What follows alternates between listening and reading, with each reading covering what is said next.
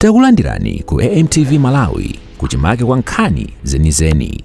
Ngati nkhani imeneyo kuno kulibe, dziwani kuti nkhani imeneyo ndi yabodza. Odya Zache! Odya Zache! Choyamba tukufuna aliyense amene ali pano one by one paeka mumve mu mtima kuti I thank God for you. Ndikukuthokozani kwambiri chifukwa funso ndikumati ndakupangirani chani kuti mubwere pano. Chimene chakubweresani pano ndi chikondi pa munthu nzanu komanso takhala mcheta nyamata komanso mukufuna kuti muzamve. Mayi wanga ndikalapisa chinthu amandiuza ndi abale anga kuti kunyumba uko musakadi ndiyeno ukasimbwa ukapezeka kumene kuja ukudya akangokupezerera umayamba weka kulira asana kufunse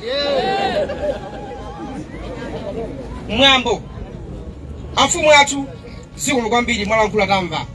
Bwana DC tathokoza, akulu nonse tathokoza. Ndiye amandiuza kuti ndikamabwera ndiyani mayimapo mayanga chichewa samachiziwa kuno bwino amandiuza Mako kuna ineyo sondela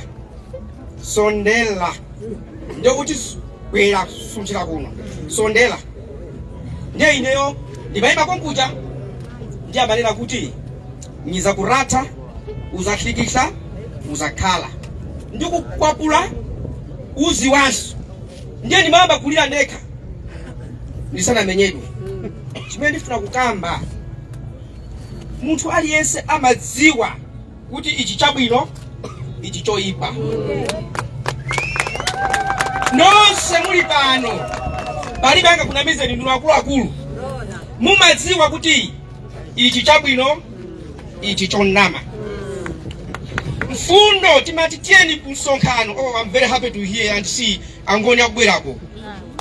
Bweya nini? Ndakondwa nawo kwa basi. Ndiona kuti inu mumadziwa kuti izi ndizonama, izi ndizoona. Palibe munthu amene angakunamizeni. Pamene tikukhala pano pa dziko chimene Mulungu anatilengera aliyense wa ife ndikumpembeza iyeyo mu mzimu ndi mchoonadi. That's number 1. Ndiye amafuna kuti tikhale anthu achikondi, tizikondana wina ndi mnzake. Ine ndikaona awa ndidziwe kuti awa analenga ni Mulungu ni mbale wanga. Pali mayi ena yake ku Mzimba kuno sindikudziwa kuti ndi ati mwina ayimika zanja pano ndinangodaba kuti ndikulandira message. Ife tikuvutika tifazi mayi ndiye tikufuna kubwera kuno ndi ati ndikuona kuyamba. Muli uli amani tilipo muli uli ndi mwedi madam nda banda message le ndiye ndinanena kuti ku Mzimba ndipitako ndikaonane nawo. Why? Fetona kuti iwowo zimene analembazo zinali zondipanga kuti ngati sindipita kuti ndikalamve likhala tchimo. Chifukwa nthawi zambiri timanyengeka kunamizika. Pano ndayima ngati vice president wa dziko, asilikali ndina wambiri ndisatira, magali moto ndi amenewo. But one day zonsezi likumana. One day zonsezi I'll not be vice president. Ndizakhala munthu.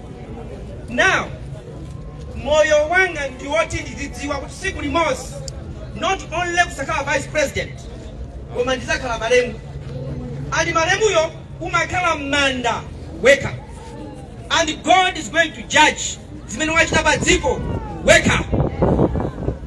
Ndiye pamene tikukhala pano tikamala nkulana pempho langa tiuzane zoona zimene sungathe usanami. Ine ngagwira ntchito ku ADRA zaka 25. Ndinapeza kuti olonsana loye mboma DC mukuziwa bwino. Madifunsa kuti kucheka bwanji kuti ukubwesa ndalama za nkhani mziko muno. Ndimabwesa ndalama forex yotuluka mziko muno. How? Kulemba ma proposal chifukwa ndikakhala ndi anthu ndimamvesera kuti akuti chani. Mavuto a munthu amene walankhula kuchoka pasi pa mtima ukawamasulira polemba akapita kwa azungu zimakhuza mazo kuti izi zikupita kwa watu.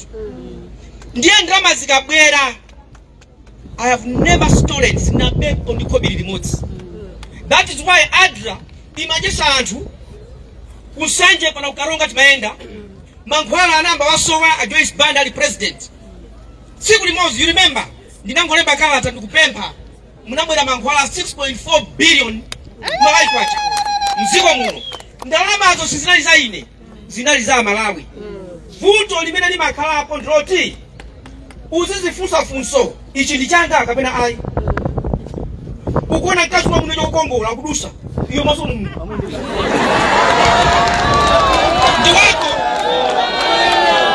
wako si wako. Alendo akabwera okongola uzo kuti awandi alendo. Ndalama mukalandira zikakhala mmanja mwanu muzifunse, whose money is this? Ndalama iyi ndi andani? Ndipo I have no apologies to make at all. Kunena kuti munthu amene aba ndalama za boma zopita kwa anthu osauka ali otembereredwa. Because pali anthu ambiri mzinyumbamu amakhala phe kukamadzizira kuletera kugona. How do I know? Ndikuziwa ndakulira kumusi. Ndimauza anzanu ndimayenda kuvala makabudula awiri akaki kupita ku sukulu tako kumaoneka. Msabato ndakaziziwira ku secondary school. Now the question is, Mulungu analoleranji kuti ndikakhale director ku ADRA kena ko kulowa achilima kunditenga mduna vice president. The question is why? Chifukwa zonsezo God will say account for this. Nakupasa udindo huu, it wasn't for you to enjoy.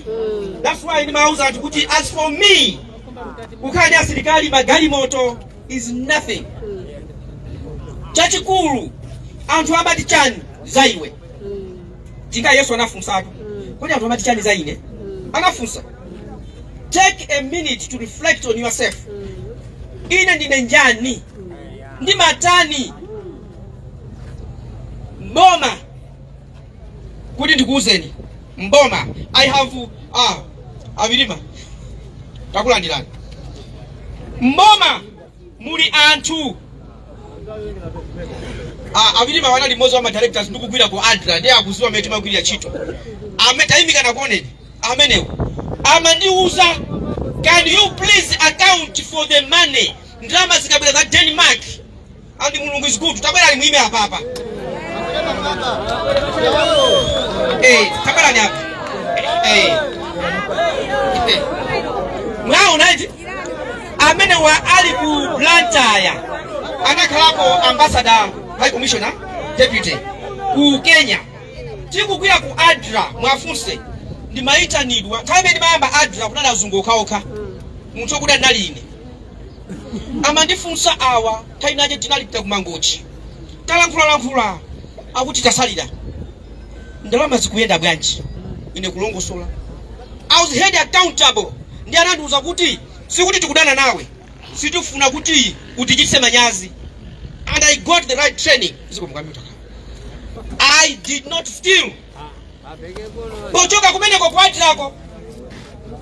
Masukulu onse amene ndapanga ine onse amangolipira. Mukakhala okhulupirika Mulungu azakupasaniza bwino. That is why I am saying Odya Zache Alibe Mlandu as a party ndinagumula akulu abalibeko. Kuchoka ine ndimati straight kuma area kumene kuli anthu. Chifukwa amene amakonda kuba zinthu ndi apa. Kupereka zinthu kuti zipite kwa anthu apa. Ndamene pamakhala amati amkhungu eti akuba apa. Ndiye mukabwera amkhungu amkabwera panopo. You say tifuna tikamve mfundo. I'm saying musangomva mfundo zokha. Muzizifusa mafunso akulankhula mfundo zoni ndani. Because even the devil can quote the Bible. Pamene amamuyesa Yesu. Ananoti pakuti kwalembedwa. Satana twamene. Kumuza Yesu. Pakuti kwalembedwa. Sama namatu. Koma mfundo yo amakamba ndani. Satana. Was he practicing that? No. Amangulankhula kuchokera pakamwa. Zoloweza. Ineyo ndina kuti Yesu ndi wabwino. Nthawi zonse. Ikomere. Yesu ndi wabwino. Nthawi zonse. Nthawi zonse. Yesu ndi wabwino. Mwavomera apapa. Je mundipeze panse wapo. Ndi sikana uyu ndikumenya. Pum. Akulira. Pum. Ndene kuti awilima ndi anthu osewa pajapa nati Yesu ndi wabwino anati nthawi zonse. Ndiye ndikwamenya. Pum pum. Ndikutembenukirani. Yesu ndi wabwino. Muyankha?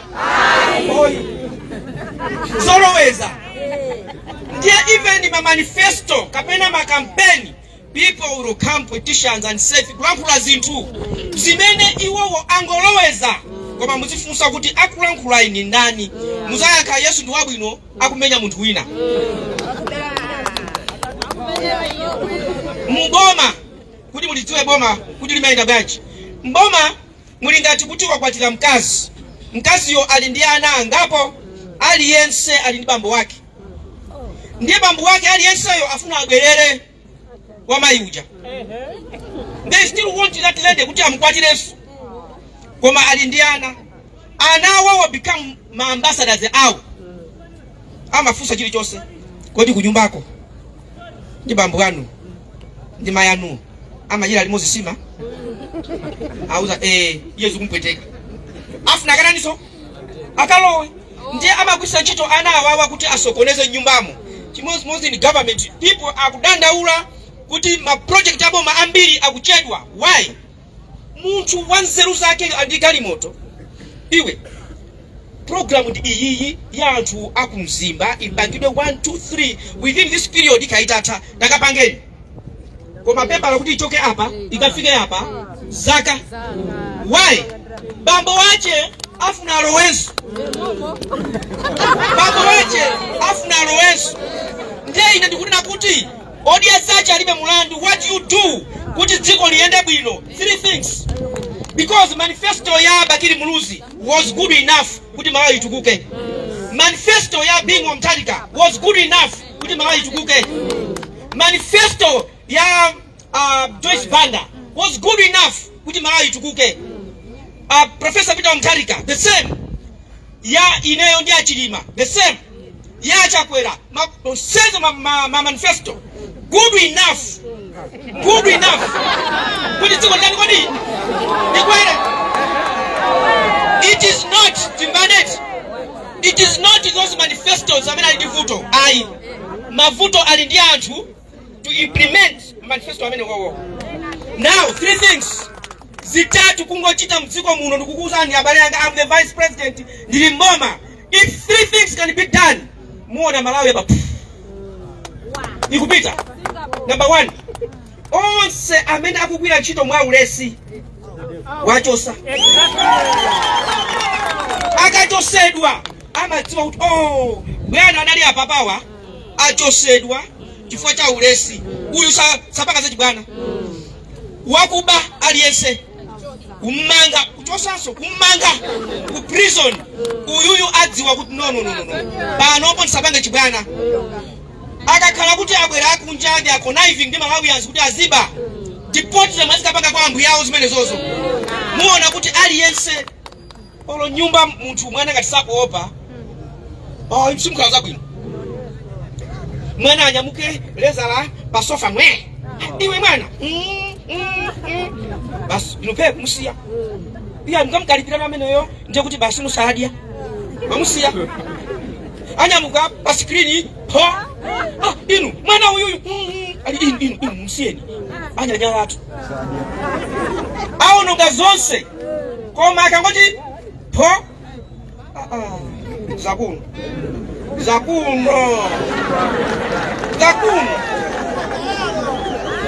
Mukamkwapula akamalira amadziwa kuti ichi chachabe. Ena onse amene akuona amaziwanso kuti nani chachabe. Now you may say osachusa manji pakali panopa. Izi ni fundo za Odya Zache Alibe Mlandu. I've come here as a politician. Izi ni fundo za Odya Zache Alibe Mlandu. And sometimes ena samangidwa sanga because umazoti kangomanga usanga sanga vudo zilita because amakhala kuti ndi network. So you want to dig and find out kuti itakuwa network.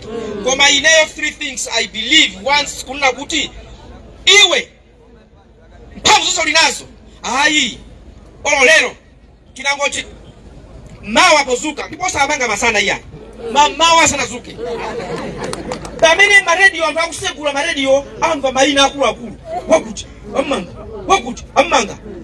amanga you see ma civil servants ka cabinet ministers alliance akapita kuchito mwa ulemu more bantu because they know I play fools, I will be dismissed, arrested. Ndikuti ma manifesto onse ajabu ndi abwino. Just take manifesto ya bingu kuikwisa nchito ziko likwera. Take ya mulusi ziko likwera.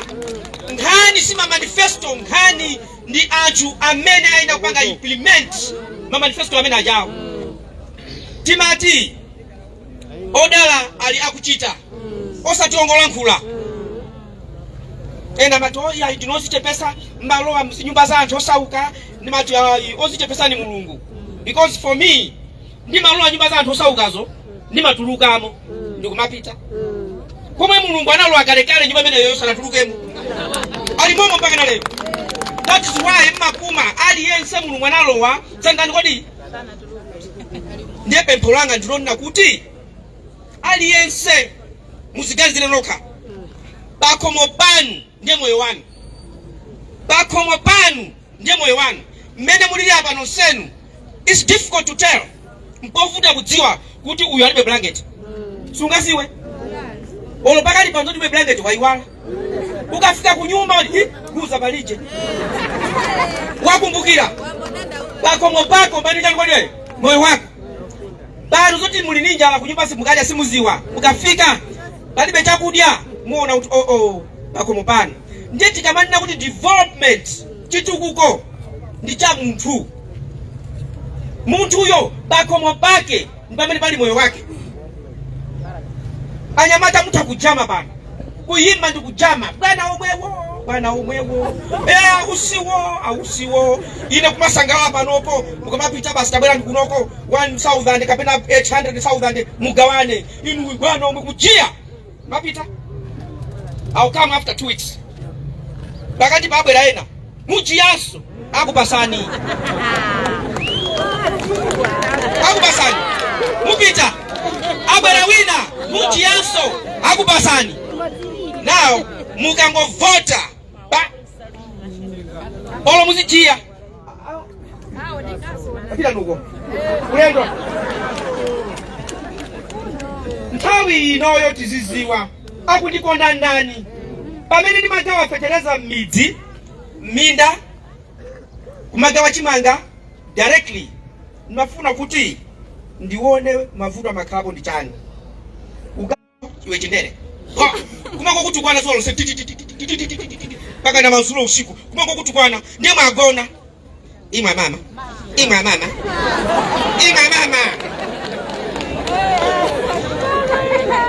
Muntu wakumenya masana osabwino. Muli makora. Ine ti makora. Taonga. Dala. Uyu. Akutani? Akupita. Chimene ndifuna kukamba chona kuti nthawi ino chingale Samson m'Bible anampempha Mulungu kuti Mulungu wanga this time alone nthawi yokhaino ndadusa mwambiri koma God I'm saying only this time inuso mgamagona muzipemphera kwa Mulungu wanu kuti ambuye Mulungu tandinong'onezeni only this time chifukwa pakomo panu ndiye moyo wanu. Ma business Zache Alibe mphamvu Yesu akupanga ndi mboma ineyo amati wa drama chimene samaziwa ntonena kuti ndikamaleba masoro aja drama ndimakhala ineyo kuzipanga kuti ndifuna ndiphunzitse anthu ichi ndichiyendese mwakuti ndikupanga dramayo. Ndikamaliza I am Michael Usi ndipange ntchito zimene ndimachita. Ndiye ena samasiyanisa. Ndimafunsa kuti mkamati wa dramayo ndili ku ADRA. I was managing ADRA. Komanso pa dziko lapansi pa maiko 140 if you remember. Maiko 140 pa dziko lapansi. Pa nkhani za chitukuko anasankha azungu 9 munthu wakuda mmodzi. Andati munthu wakudayo ndineyo. Amene ndimanganya. Amene ndimanganya. Awa ndikulankhula mboni awa milima. Anapanga kupanga approve. Kuna kuti ndipite. Ndinapita ku European Union Parliament. Teni makete na kuti tikufuna Michael Usi abwere azalankhule ku European Union Parliament. Nakalankhula kumene kuchako. Sina nyengerere. Vuto ndikunyengerera. Chimene wina kulankhula chipweteke lankhula. Ndinawuza inu. Tinakupasani ma proposal kuti mutithandize mayangana English. Ma paragrafu. Ife tisunga mayeso iya. We are not writing exams. We are sending you proposal. Ndiye ndikumachonga. Background apapa yatalika. Many body mavuto wa msaika apapa mwike annex. Ndiye kwa annex. Kuti mtu ali kumuzi ali adikira annex. Adikira paragrafu. Ndiye ndinalankhulanga kuti ndikukhazula. Ntangomaliza.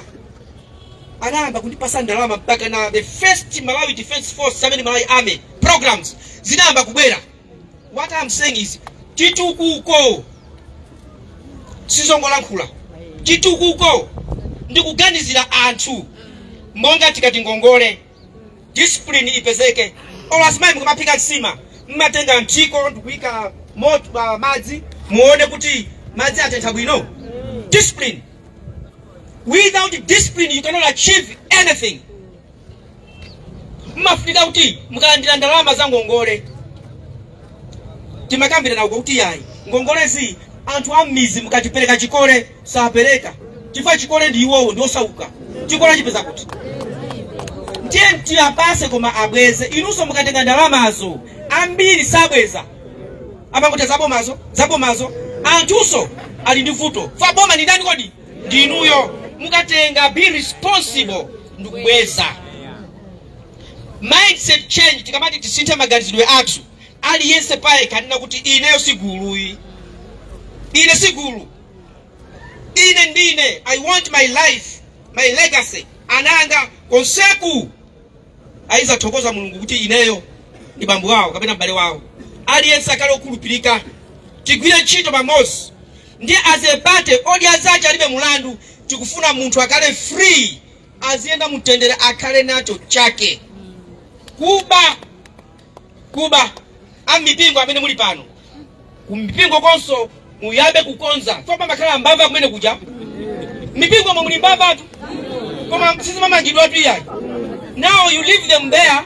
Akalwa mboma amatani. Amabaso tu. Amaba. So akumpingo atithandize. Pomaliza kukuza ni chilungamo. Bali zinthu zina sizasintha mpaka na Yesu kubwera. Kwani baiti? Asa kunamiza ni mtu zipweteke, zisapweteke, but the Bible said it. Sizingasinthe ule mtu atatani mpaka na Yesu kubwera. Zinthu kukwera mitengo zikula pasi zizitani kodi? Zizikwera kunalembedwa. Koma udindo wa ifeyo is to make sure kuti zinthu zitamakwera inuso pachuma mudani mukukwera. Nesi mamba kupweteka. Maiko ena mmapeza kuti zinthu zodula ainyekesa kudandaula. Why? Buying power. Ndalama makano zambiri zitamakwera huku ndalama zikuchuluka. Komwe kuno tindi vuto zinthu zikukwera ndalama gani? Pamene popo pamene munthu nzeru zimafunika kuti kukwera kwa zinthu. Maiko akunja kamakweza oil petrol samatuza ifeyo angokweza kunoko zinthu bwana zinthu zikukwera petrol. Tell us. Zinthu kukwera pa dziko lapansi zizikwerabe koma mutuze kuti tikabwanyi ndi ndalama zambiri kuti tipikisane ndikukwerako. Asa kunamizeni kuti entengo nduna zinzanga kulankhula nazo. Anayamba kuti tukwana anali amalawi akulu kule mazambiri mbiri ufuna une ngati ndani makuti koma maiko akunja atamva amene munaona it went viral kutokoza kuti Malawi mapali ponse, it was all over. Tifuna tisamalire chani wodi tisamalire zimene tili nazo kuononga amene tikuononga ku Malawi kuno amene amakhala pakati ena ali mboma ndi Malawi timati bwera tuononge apa tisapange zimenezo. Pempho langa ndikuti pa 16 September Odya Zache Alibe Mlandu kuchonga amene alembesa pano ndi chazi nomata kulamphula ndi anthu ambiri ena usalembesa ndi usalembesa maji athu amajiya usalembesa wabasi vote ndi yanu koma siku loka votalo kuti vote yanga yali kuti iyayi tikalembese amene tikavote amene alembesa ndi angati tikavote. Boma likuyesesa kuchita zinthu kuti zitheke koma ndakuwuzani kuti kuliana abambo wawo. My solution ndikugaza kuti kwachosa chito kwamanga ena kwathamangisa. Mulungu akudaliseni, Mulungu akhale nanu. Komaliza ndaona ingoma nje ndimauza anthu tikaita na band kuti bwere pano izaimbe band timagwirizana nayo. How much do we give you? Ndiye amatichaja ife ndikulipira ndikuzapanga entertain. Ikabwera ingoma kuti avine timati kodi tiyapase zingati? Akabwera zimayi kuzavina kodi tiyapase zingati? Pomwe band yabwera you ask them to charge you. Pomwe awa akabwera kuvina panopo ayitu palibe zochajana kodi tiyapase zingati? Alibe ngati ndi ati yamata Mungu abasa 2000 yakwana. Ine ndikuna kuti Odya Zache Alibe Mlandu if unaipanga promote culture ndikabwera ine kusapanga sonkhano amene ati abwerewo ndiyalipire ngati band oro else asavine. Kaiza sino kumango kuvina mukafika kunyumba timavina chani ife. Ndiye Mulungu akudaliseni ndionere ingoma.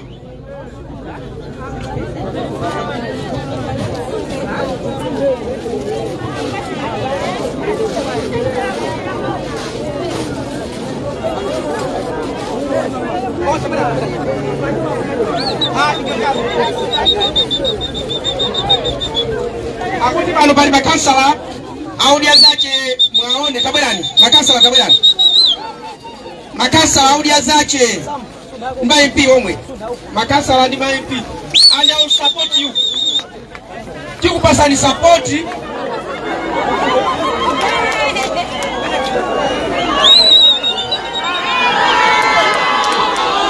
Yes.